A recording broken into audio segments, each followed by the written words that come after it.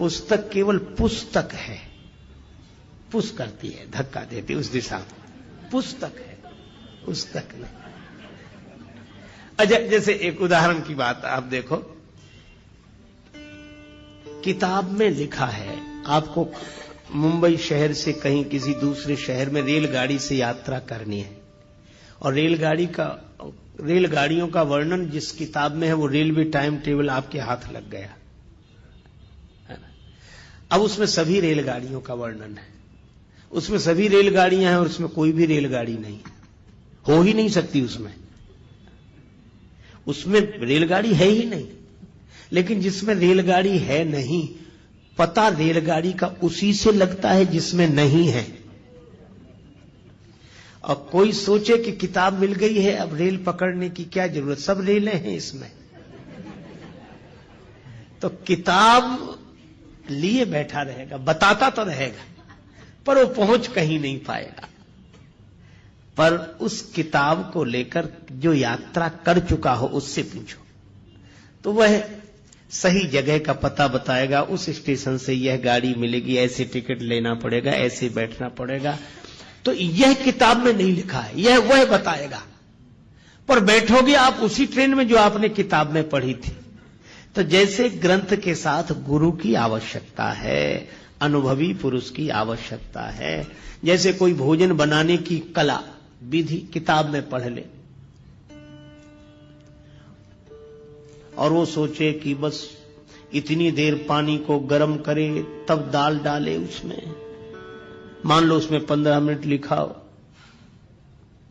और आग ही न जल रही हो और घड़ी देखकर कोई दाल डाल दे, पानी गर्म क्या कुनकुना भी नहीं हुआ था।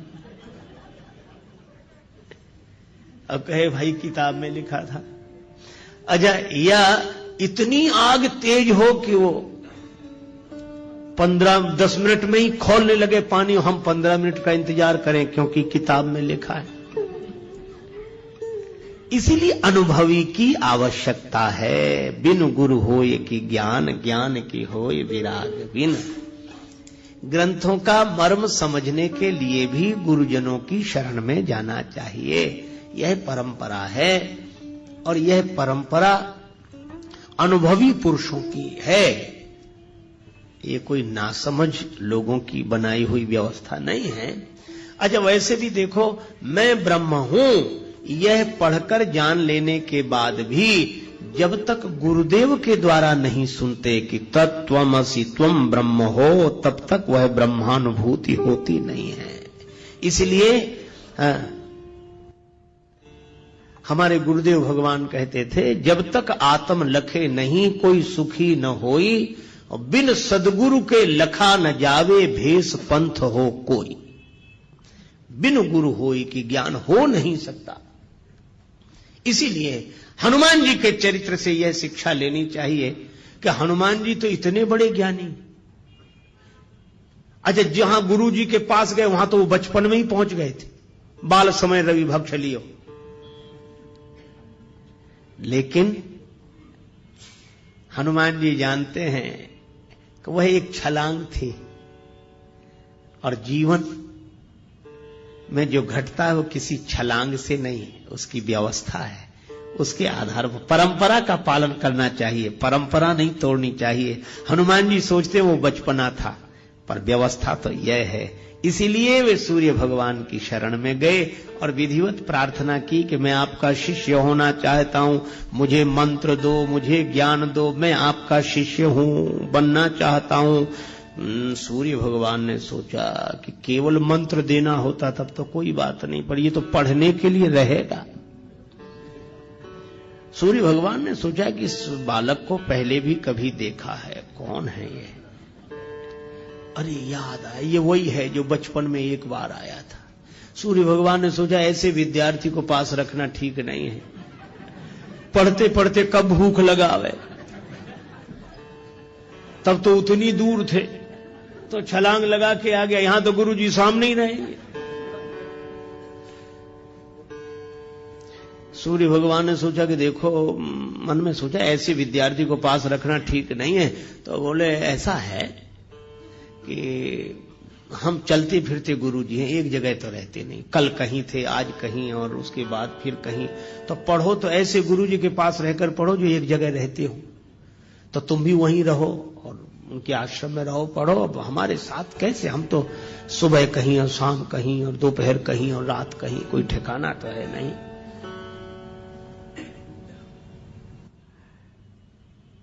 हनुमान जी बोले पढ़ेंगे तो आप सही। अनन्य निष्ठा जो थी, पढ़े।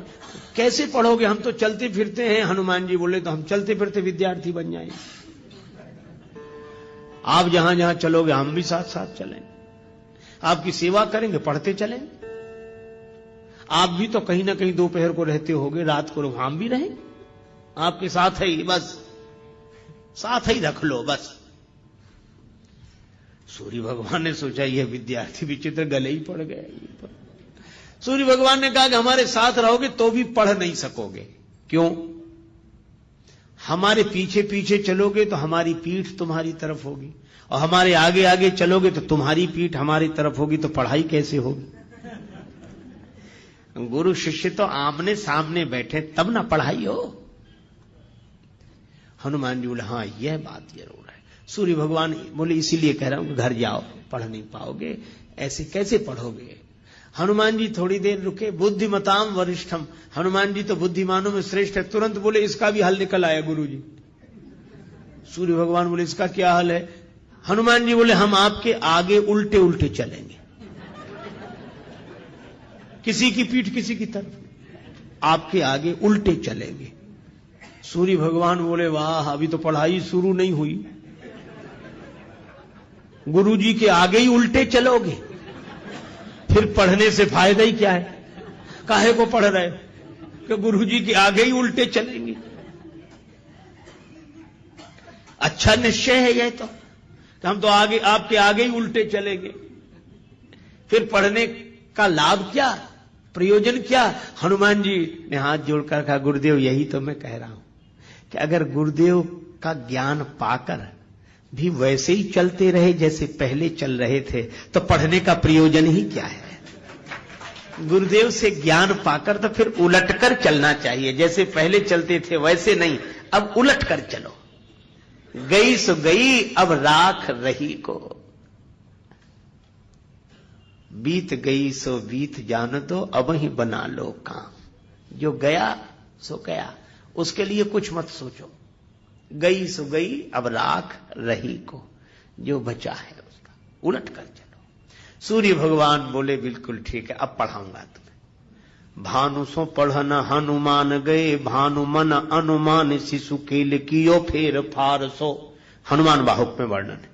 भानु सो पढ़न हनुमान गए, भानु मन अनुमान, सूर्य भगवान ने मन में अनुमान करके शिशु केल, बालकों के खेल की तरह फेर फार सब अदल बदल कर दिया।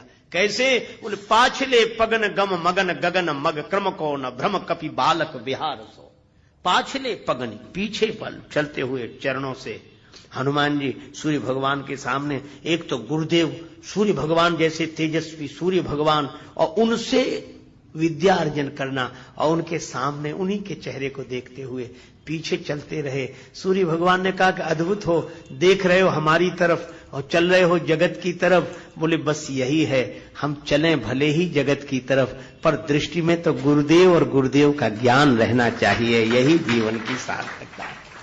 तो जिन्होंने सूर्य भगवान से ज्ञान प्राप्त किया हो वे ज्ञान के सागर हैं। जय हनुमान ज्ञान गुण सागर। अच्छा अब गुणों की बात सुनो। गुणों के साथ सबसे बड़ी यह समस्या है कि किसी भी प्राणी में, यह प्रकृति का नियम है, सब गुण इकट्ठे रह नहीं सकते, होते ही नहीं। एक सज्जन एक गीत गाते थे, एक विधाता एक ईश्वर ही निर्दोष रहा, बाकी सब में कोई न कोई दोष रहा। हम सब में दोष है, ये बात अलग है कि हमें हमारे दोष का होश ना हो, और होश उन्हें नहीं होता जो मदहोश होते हैं, पर दोष तो होते हैं। क्यों होते हैं? क्योंकि सृष्टि बनाई ऐसी गई, जड़ चेतन गुण दोषमय विश्व कीन्ह करता। अच्छा चलो 2 गुणों का उदाहरण दें। 2 गुणों का आप एक साथ निर्वाह नहीं कर सकते। सत्य बोलना गुण है और शीलवान होना गुण है।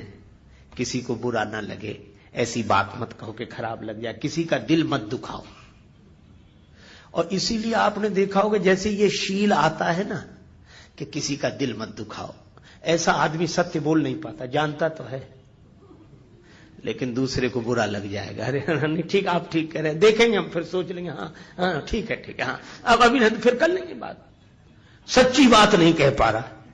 क्यों? शील आया तो सत्य चला गया।